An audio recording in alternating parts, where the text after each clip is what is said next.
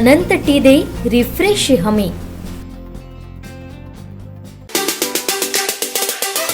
गेल्या अनेक वर्ष सिंधुदुर्ग जिल्ह्यात राजकीय संघर्ष करून स्वतःचं नाव ज्यांनी महाराष्ट्रात खेडोपाडी पोहोचवलं ते आमचे मित्र संदेश पारकर यांना विधानसभेची कणकवली देवगड वैभववाडी या मतदारसंघात उमेदवारी जाहीर झाली। त्याच्याबद्दल राष्ट्रवादी काँग्रेस पक्षातर्फे त्यांचं सर्वप्रथम अभिनंदन करतो। कालच त्यांनी आदरणीय शरद पवार साहेबांची भेट घेतली, त्यांचे आशीर्वाद घेतले। आम्हाला नक्की खात्री आहे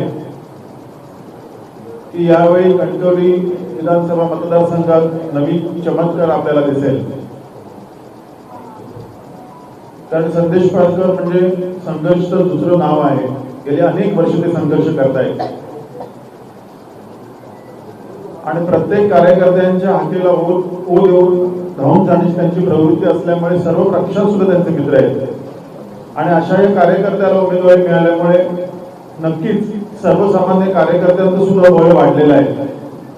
माझं राष्ट्रवादी काँग्रेस पक्षाच्या सर्व कार्यकर्त्यांना आव्हान आहे की या मतदारसंघातून संदेश पारकरांच्या पाठीशी आपण ठामपणे उभं राहायचं आहे आणि काही झालं तरी मनात कुठलंही काही न ठेवता संदेश पारकर म्हणजे शरद पवार साहेब सुद्धा या निवडणुकीला उभे आहेत असं समजूनच त्यांना आपण विजयी करायचंय असं या पत्रकार परिषदेच्या निमित्ताने सुद्धा सगळ्यांना आवाहन करतोय राष्ट्रवादी काँग्रेस पक्षाच्या कार्यकर्त्यांना।